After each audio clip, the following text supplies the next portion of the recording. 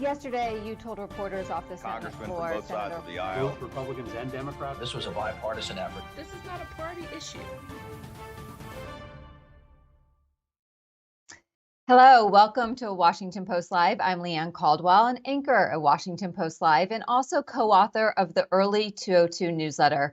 Today, we have another edition of Across the Aisle, and we are joined by a Republican and a Democrat on a very timely conversation. The top two members of the House Intelligence Committee, Chairman Mike Turner of Ohio and Ranking Member Jim Himes of Connecticut. Thank you both so much for joining us today.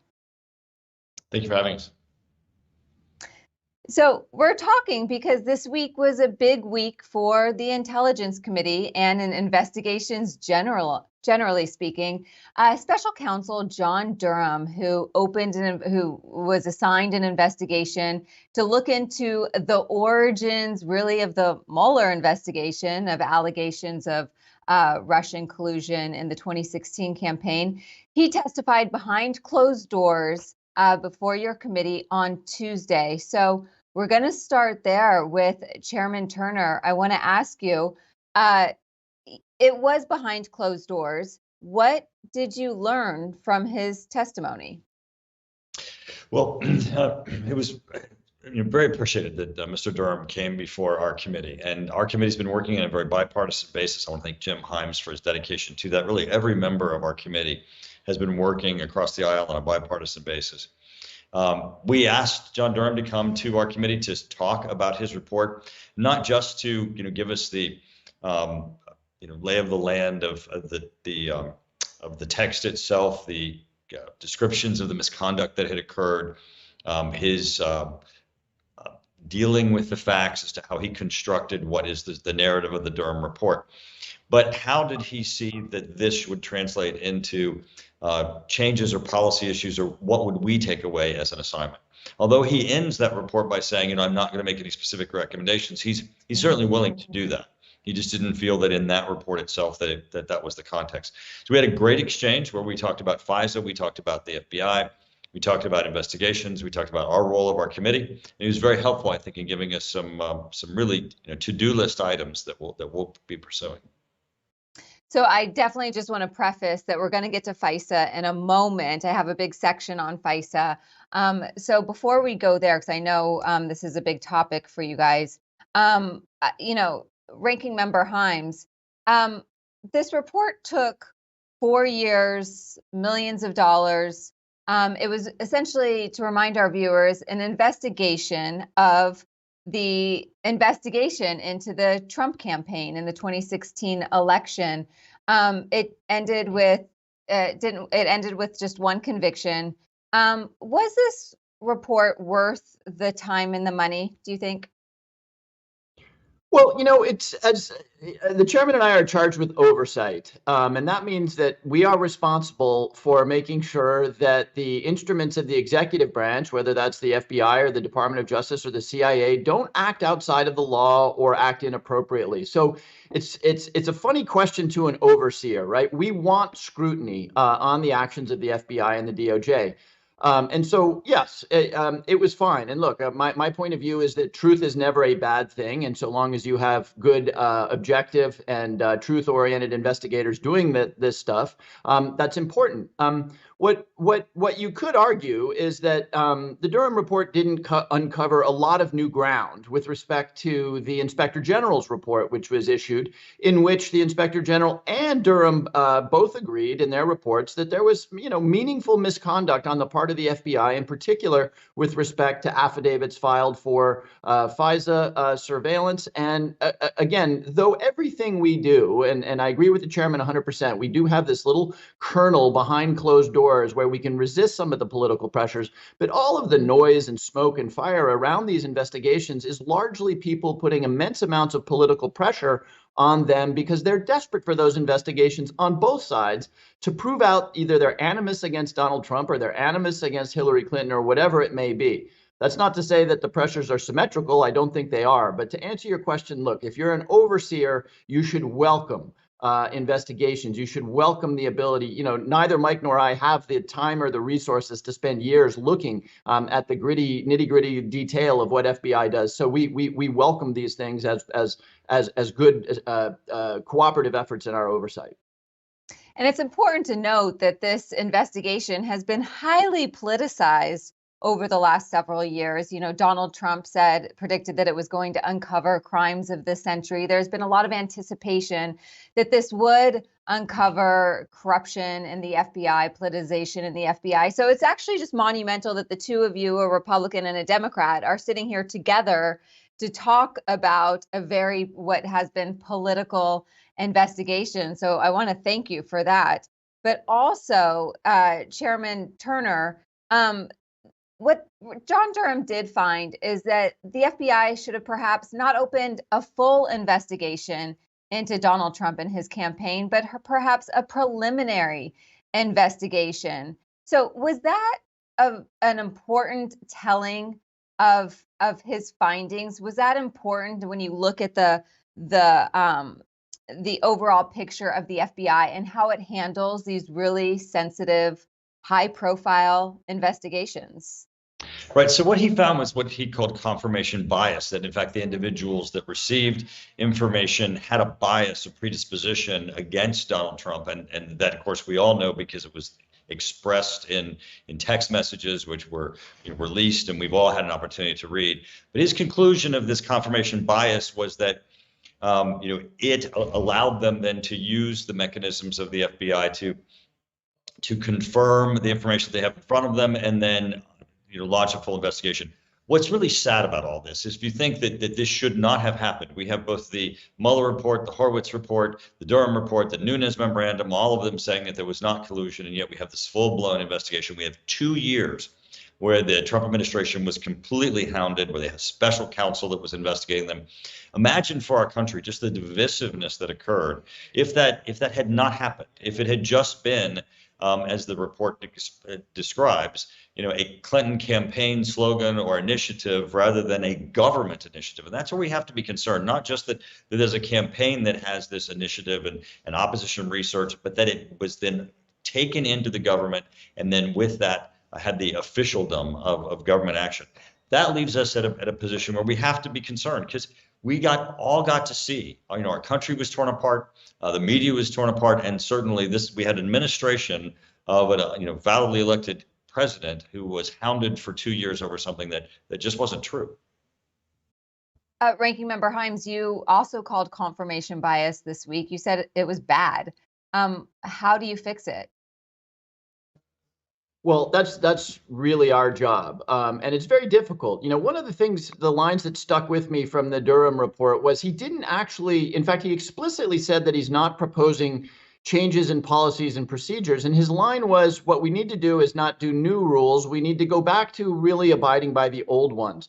And that's pretty challenging. And look, I think I would tell you that FBI, particularly driven by the fact that there's a great deal of suspicion around their activities in the FISA world, has cleaned up their act meaningfully. Now, I'm not going to say they've cleaned up their act enough because I'm not ready to say that, but they have instituted pretty dramatic reforms with respect to what an agent needs to do when they want to query a U.S. person, as they did in the case of Carter Page. Now, Carter Page, I should note, was not 702 querying, but the point is it's the same organization not acting with the competence and the clarity that it should. So, they've already made changes. The question, of course, is it enough? And what Mike and I are trying to do, I don't think Mike and I think that we're going to agree with each other on political stuff. Just yesterday, we voted in different ways around the censure of the previous chairman, Adam Schiff. So we're not seeking unanimity of opinion.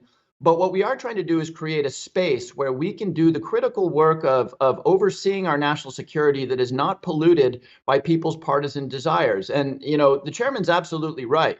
The Trump conspiracy collusion, whatever you want to call it, that was the subject of 5 investigations. By the way, the charge that Hillary Clinton was incompetent as Secretary of State when the Benghazi tragedy went down was subject to 8 or 9 investigations, right? So, all of which all of those investigations failing to turn up the kind of political conclusions that partisans are so desperate to find.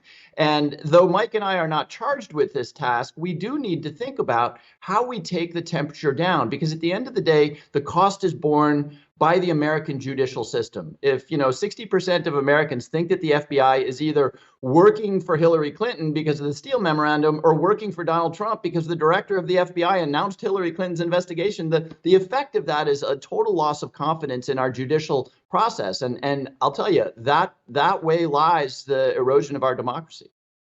So, Chairman Turner, are we just in this everlasting investigations loop?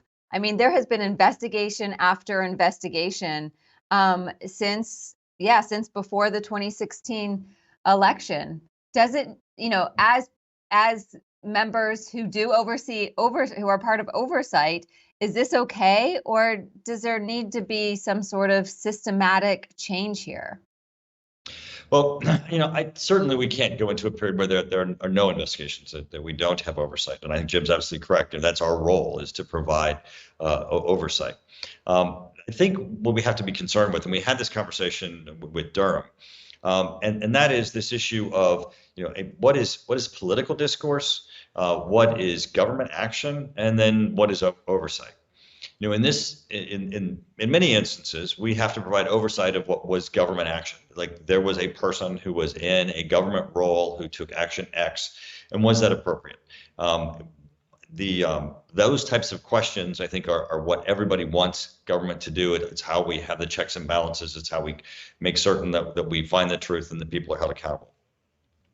The concern is when we have a political discourse that is purely political, that is parts of campaigns that then are incorporated into government action. We have to be very concerned about that. And that's, I think, what, as Jim was saying, what Durham's message is, I think that the foundational rules, the principles that the FBI and DOJ had would have before found an aversion to this in that particular instance.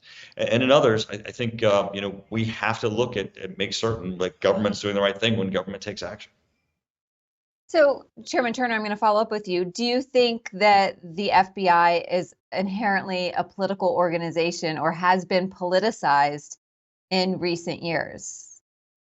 I think that, and I think that's part of the sadness of what you hear from Durham's report, and when you speak to him personally, when he talks about this confirmation bias, I think he thinks that internal culture at the FBI, that at an earlier era, that you probably would have had people who were coworkers, who were sitting with each other, who might have put their arm on each other's shoulder and said, "Hey, now, let's step back here." And you didn't have that. You had people who were full bore ahead with that confirmation bias. I do think that the Durham report has lessons for the FBI that are not just administrative and are not just laws for Congress to pass, but are cultural.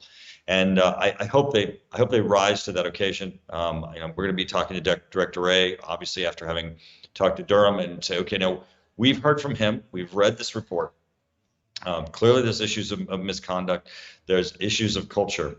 How are you going to address this, and how are you going to change it? Which is, as you said, and as Jim correctly said, is completely separate than Fisa and 702 renewal that is coming up. But I do think there's a cultural issue that needs to be addressed at the FBI, and that is a leadership issue. That goes directly to the director's responsibility.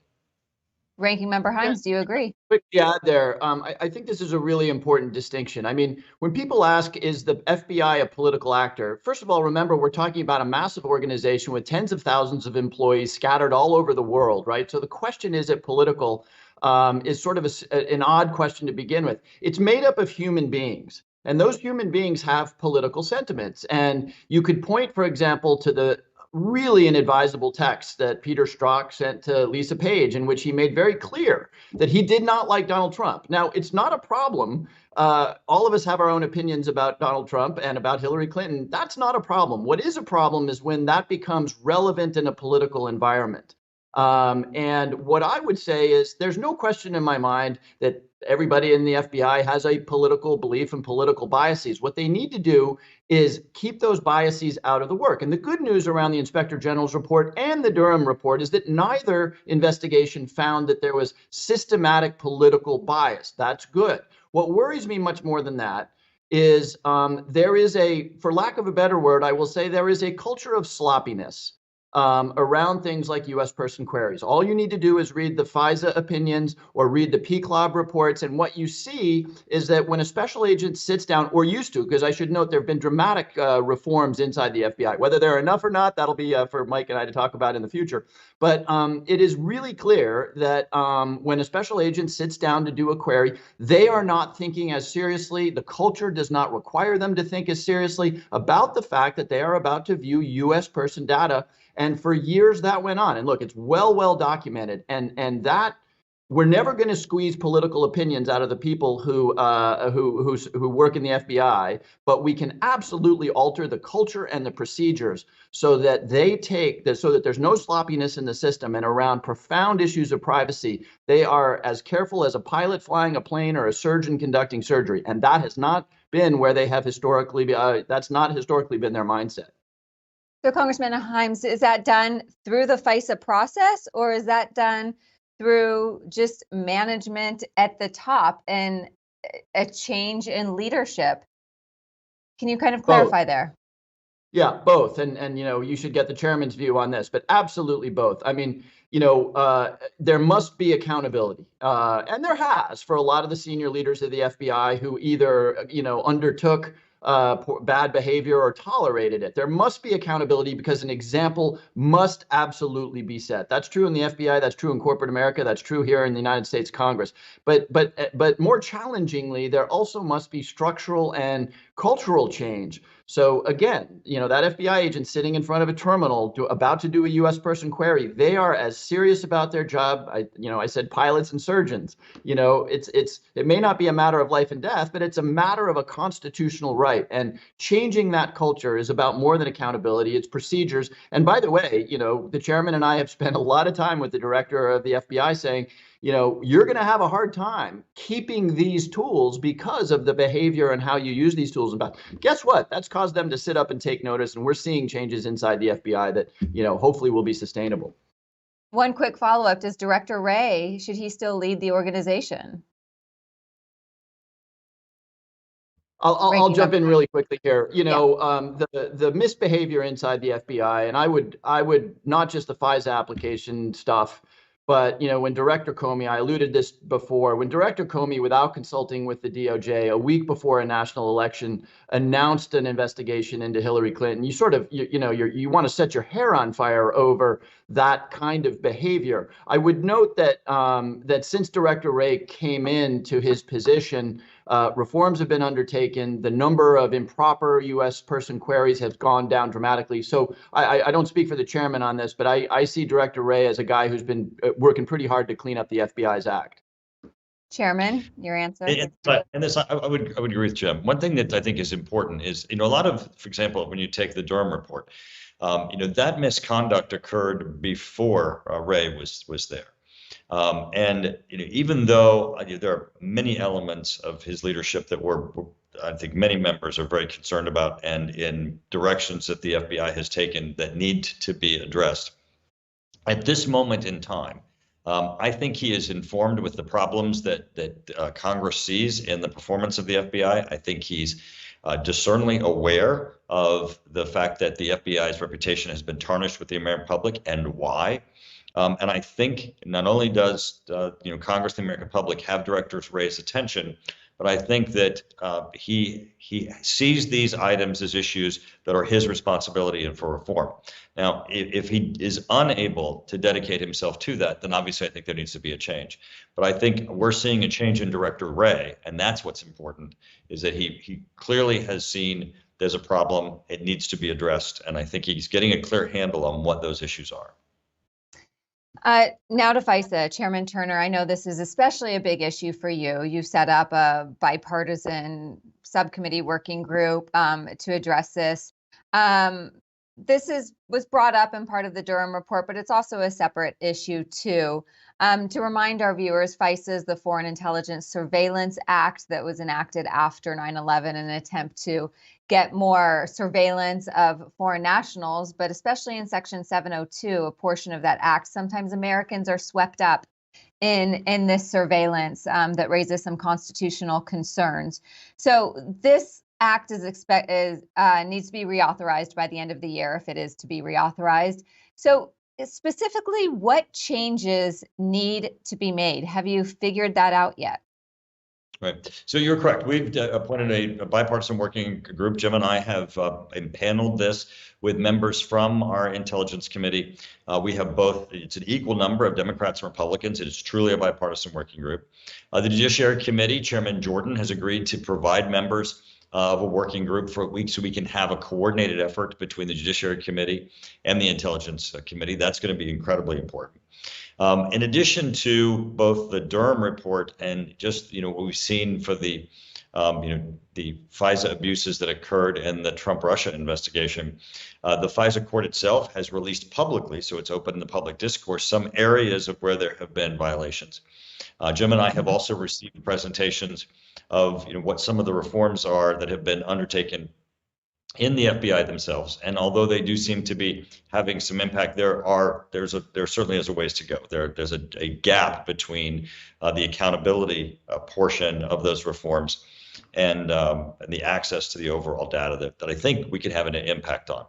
But predominantly, as Jim is saying, this is an issue of data on American persons, where we have a statute that is designed to give us access to foreign intelligence. So we need to be very, very careful in this method to be able to protect people's constitutional rights, people's privacy. And I think that this working group is doing a very good job of identifying, here are the abuses. These are the things that we've seen that have happened. These are Americans that have been inappropriately queried through the system, one of which is Darren LaHood, Congressman LaHood, who's the chair of our working group. He is one of those who has been identified by the court in their own releases as having been inappropriately queried. So I think from those abuses, we're going to get a pretty good picture of some of the areas that we need to fix. And Ranking Member Himes, where do you, first of all, you have suggested that that any changes should be made. Are you confident that there can be some sort of agreement between a Republican House and a Democratic Senate on how to move forward, that this perhaps could be reauthorized by the end of the year? Well, when you ask the question that way, it's a very easy question to answer. Mike and I every day, for much of the day, see the information that we get that keeps Americans safe as a result of 702 authorities. And that it helps us interdict fentanyl. It helps us understand what the Chinese are doing, what the North Koreans. So the answer to the question you asked is that 702 must be reauthorized. I mean, were we to just put that tool down and say we're not going to use it, you might as well, I don't want to be, bombastic here, but you might as well say, let's get rid of a couple of aircraft carriers, right? I mean, that would be profoundly foolish of the Congress to do. So it must be reauthorized. The only question is, what are the reforms that are necessary to get a majority in the House and 60 votes in the Senate for that to happen? I don't know that we know the answer to that question yet. I can tell you that the reforms live on a spectrum somewhere between what the FBI has already done, which has been really quite meaningful, is enough. I would tell you that some people are probably there. And then some people are very much in the camp of, the FBI shouldn't do U.S. person queries. Mike and I are starting the process now of, educating our respective members, broadly speaking, across the House of Representatives on the authorities, on the history here, on the reforms that have been made. So it'll be a little while before we know where you get a majority on that spectrum of proposed reforms. Great. Chairman Turner, I want to switch topics quickly. Earlier this week, you said that the Trump classified documents case, that there's grave concern about it. Just real quick, have you guys seen the documents that that Trump was in possession of? We have not. Well, first off, we've not seen all of the documents, but what we've seen relates both to Trump and Biden and Pence. So these are not just Trump documents. And my statement, actually, what you heard was, I have concern over all of the documents that are serious that we've seen. There, you can put them into three categories. There's the ones that are meaningless. There's two that category 2 items that have by date have expired in their significance, and 3 that are like hot right now. In category 2 and 3, there are documents that should never have been removed from a classified controlled space. and that would pose a risk. And that's true for both Biden and for Trump. I think that our committee is taking the look of this as to, okay, we have a problem in the transition between administrations. We had the archives and both of the archivists that are responsible for presidential transitions testified that there has been a problem in the transitions of administrations and the commingling of classified and unclassified documents going all the way back to Reagan. And over 80 members of Congress have had classified documents that have been sent to, and government officials have been sent to libraries to be held, where those institutions have later got in touch with the archives and said, we found classified material, including almost 100 from Senator Muskie's collection. Yeah. So this is an area where I think, we do have concern. That is sort of our job, right? Our job is to be concerned about classified information and classified material. So when you see this, it's striking to us, and it certainly is concerning to us that these documents would be out of a controlled space. Do you think that many Republicans are saying that this indictment against Trump shows that there's two-tiered system of justice? Do you agree, Chairman Turner? I think certainly you have a huge perception that there is two-tiered of justice. You have the Hillary list, which we could all go over again, of the classified material that was actively going through her server at her home. You have these documents. You have the Biden documents. Biden's house wasn't raided. Trump's house was raided. So you have to see though, but what happens next, and that's the rest of the story, right? I mean, many people miss the president of the United States currently has a criminal investigation with a special counsel appointed concerning his handling of classified information. We'll all have to wait to see how that turns out. Yeah, well, and to be clear, most of the charges relate to Trump's resistance of handing those documents over, which makes a difference between the Biden campaign. I don't think you can do a comparative of most. I mean, the issue itself is obviously there have been charges that have been filed that relate to the handling of classified documents. And the issue goes to then what happens in the other investigation that's ongoing. And that's really what was your question. We'll have to watch both of these to see, how does that play into people's overall concern of, is there unequal application of the law? Ranking Member Himes, I want to run through a bunch of appointments or investigations that have been run through the Department of Justice over the last several years. You have the Mueller investigation under the Trump Department of Justice, the Durham investigation under Trump, the Weiss Hunter Biden that was launched under a Trump DOJ, the Biden classified docs, the Trump classified docs under the Biden Department of Justice. So with all these investigations that have been ongoing through the Department of Justice or directed by the Department of Justice, do you think that the DOJ is independent from the White House, or independent enough? I do. I don't know. Independent enough is an interesting question.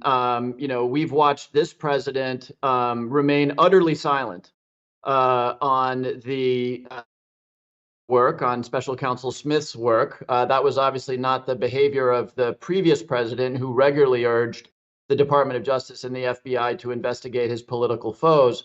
But I mean, look, I think it needs to be said flat out. I don't see a problem with the investigations. I didn't agree with absolutely everything in the Durham investigation, but I can't point to anything in it that was clearly incorrect. And I think that we owe it to our democracy to say very clearly that there are not two tiers of justice, that the DOJ and the FBI are human beings and they will make mistakes. But, this notion that, the investigations of Donald Trump's behavior with respect to Russia were driven by political considerations, those points have now been refuted both by the Inspector General and by the Special Counsel Durham.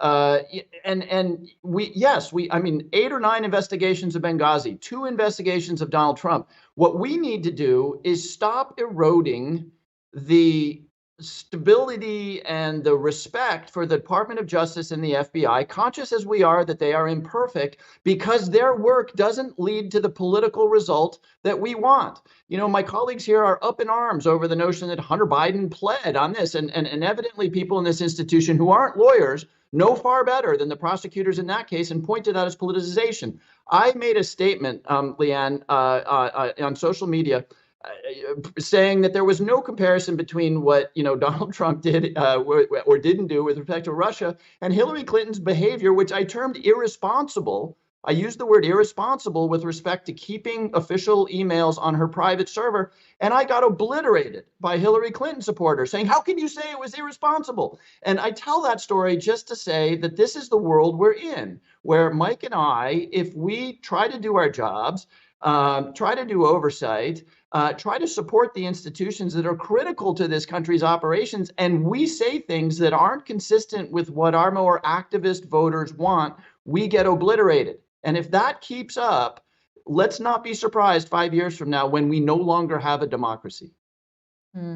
We are out of time, but Chairman Turner, I want to give you 15 seconds to say something or respond to that before we have to go. I just want to say that I agree with Jim on most things, but I do think our democracy is going to be sound, and I know he's saying that as the risk and a warning, and I certainly believe that the warning is true, but I don't want to leave on the note of in 5 years that might happen. But I tell you what, there are people in this institution every day in Congress who go to work, who work on a bipartisan basis. It's not what makes it in the headlines. It is the work that gets done, and it's necessary work, and it's certainly, I think, important for our country. Great. Thank you both so much for your time today. Chairman Turner, Ranking Member Himes of the House Intelligence Committee, really appreciate it. Okay. Thank you. And thank you all for watching. To view this program and all of our other programs, please visit WashingtonPostLive.com. See you next time.